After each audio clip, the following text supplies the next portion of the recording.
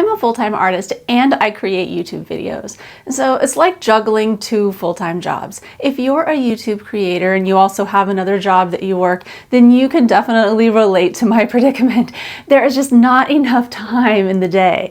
And so in this video, I want to test out a popular AI video editor that's going to take content from my long-form videos that I'm already creating and make YouTube shorts out of them. I'm doing this because I want to know if AI can edit my videos just as good as a real paid human video editor. The app's called Opus Clip and it's so easy to use. All you do is upload a link to the YouTube video that you already created and it will work on it for about 20 minutes or so. Then it'll send you a link via email when it's finished, and there will be like 8 to 10 different vertical videos, all complete with captions and everything ready for you to upload to YouTube. You also are given the option to edit the clips. You can edit the captions, change the location of where the captions are placed. That said, for this test, the only thing that I reconfigured was the location of the captions. I moved them up higher. It had them very low on the screen, and this area is covered up with the description of the video, all of that stuff that YouTube does at the bottom half of the short.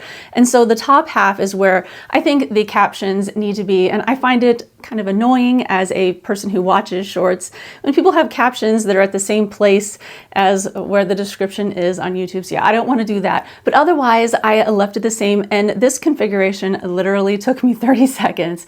So it was very fast. I didn't want to change anything else because I'm trying to give this a real test, right? I want to see if it is comparable to a video editor. And honestly, if I had a video editor, I wouldn't be messing with anything. They would send me the video. Maybe I would say, hey, yeah, change the captions, but I wouldn't be sending them lots of revisions on shorts because I just don't really have time for that.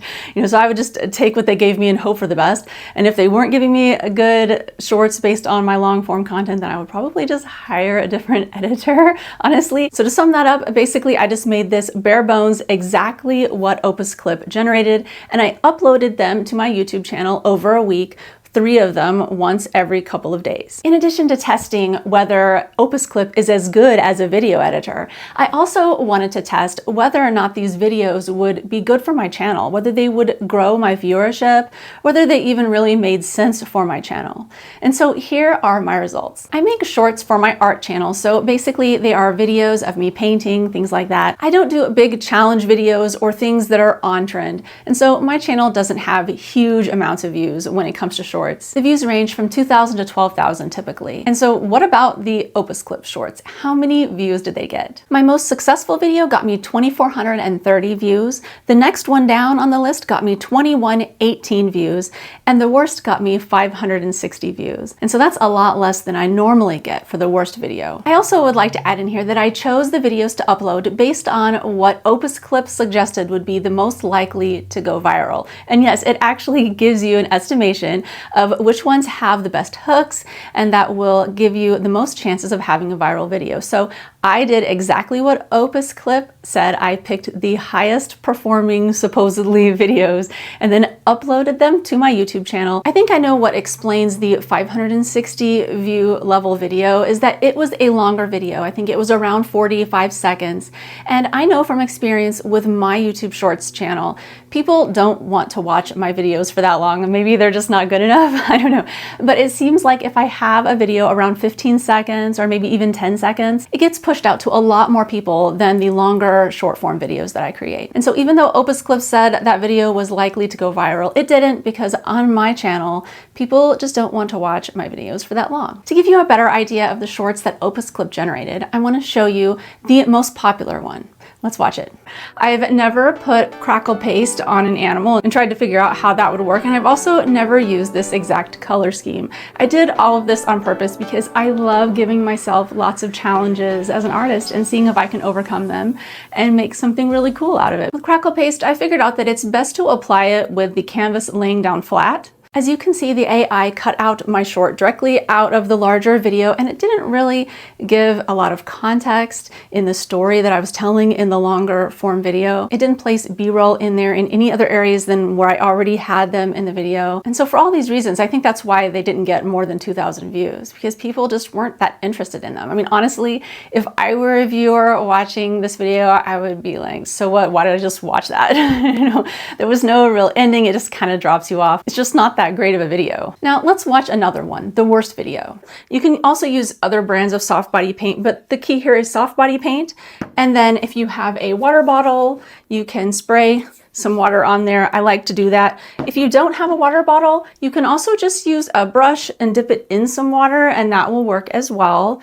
But the essence here is that we are going to put paint on here, and then when it's really liquefied, these areas on the canvas that have the cracks, the liquid is going to go in the cracks. And so it makes really cool effects, and it's unexpected. It's really fun to play around with for abstract art because it's kind of like pour painting, but you're not really using like massive amounts of paint. This video also drops you right into the same long form video that was my best performing video, but yeah, it's the longer one.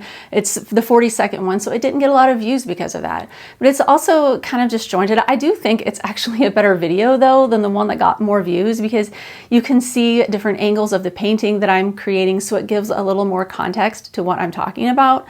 But it also just cuts off really quickly in an awkward way. And yeah, I don't feel like it gave the viewer anything that was rewarding, like that was actually worth watching.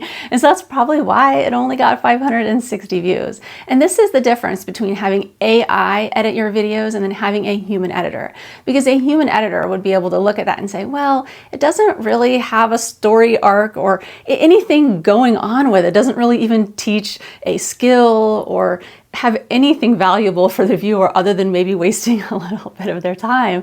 And so a video editor could see that, but the AI is just like, hey, this is going to be good. Well, it really wasn't, not for my channel anyway. Nonetheless, Opus Clip is free and it was quick and very, very easy to use. So if you're trying to find a solution, a way to be able to generate short form content really quickly, to be able to upload to your YouTube Shorts part of your channel from your more long form content that you've spent more time on, then it's definitely a viable option. But you just have to keep in mind that if you're not going to do any additional editing on there to be able to make sure that there's a good storyline and that it actually gives value to the viewer, that you might just be generating a lot of junk that you're uploading to YouTube, and people might watch, but they're probably not going to really care about too much. It's not going to leave a lasting positive impression on them. It's probably not going to leave any impression on them at all, really. And so yeah, keep that in mind if you're thinking about using Opus Clip. I also made another video where I discuss my opinion of AI generated art. If you would like to watch that, you can check it out here. All right, thank you so much for watching. See you next time.